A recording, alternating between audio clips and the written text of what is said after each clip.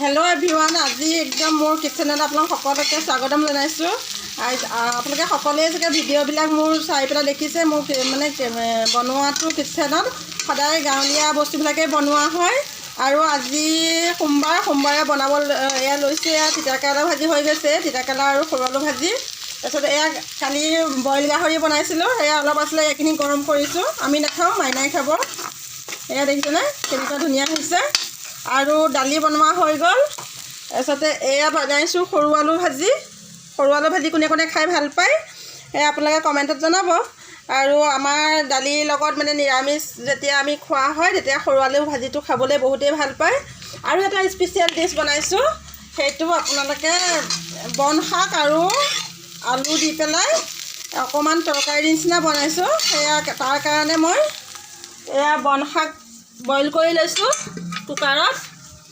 যিহেতু শাক বস্তুটো কুকাৰত বন শাক আৰু আলু বইল কৰি লৈছোঁ।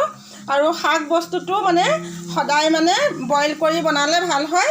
দেখিছেনে এইখিনি বইল কৰি লৈছোঁ। এতিয়া ইয়াতে মই এইটো কেৰাহীতে এইখিনি ভাজিখিনি টুকি থৈ পেলাই মই এই শাকখিনি মই তেল মাৰি দিম। তেতিয়া সেইটো কামেই আছে। এইখিনি বনাই হৈ গ'ল। এয়া ভাজি হৈ গ'ল, কেৰেলা ভাজি হৈ গ'ল, মাংস গৰম কৰা হৈ গ'ল, সৰু আলুৰ ভাজিও হৈ গ'ল। আৰু এইখিনি কাঢ়ি লৈ পেলাই এইটো কেৰাহীতে মই শাকখিনি তেল মাৰি দিম। আৰু তাৰ কাৰণে মই এয়া নহৰু আৰু পিঁয়াজ ইয়াতে মই থেতেলিয়াই লৈছোঁ। আহকচোন এতিয়া এইখিনি কাঢ়ি লওঁ। আৰু এইখিনি কাঢ়ি লৈ পেলাই তৰকাৰীখিনি হেৰি কৰিম। মানে সেউজীয়া শাকবিলাক মানে ভাজিলে মানে হেৰি হয়, এইটো কি তাৰ যিটো গুণাগুণ অলপ কমি যায় গেছত ভজাৰ কাৰণে। সেইকাৰণে বইল কৰি মানে খাব পাৰিলে বহুত ভাল হয়। তেল গৰম হোৱাত একদম মই এয়া নহৰু পিঁয়াজখিনি ইয়াত দি দিলোঁ। অকণমান হালধি দি দিছোঁ। সেউজীয়া শাকত ইমান হালধি দিব নালাগে। এতিয়া এইখিনি মই ইয়াতে দি দিম। গেছটো অকণ কমাই লৈছোঁ। এনেকৈ তেল মাৰিবলৈ মোৰ বহুত ভয় লাগে।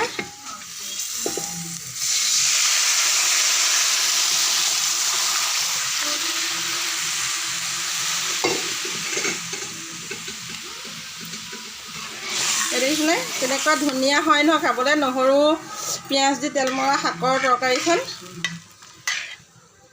আৰু সেউজীয়া শাক আনিলে আমি বেছিকৈ এনেকৈ থুপথুপীয়াকৈ মানে বইল কৰি পেলাই বনায়েই খাওঁ। ভাজি পেলাই শুকান ভাজি কৰি খোৱা নহয়।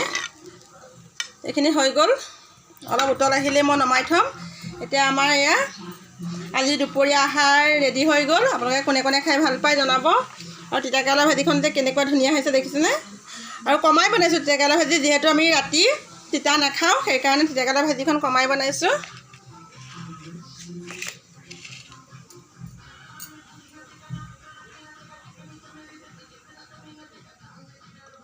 আজিলৈ বাই।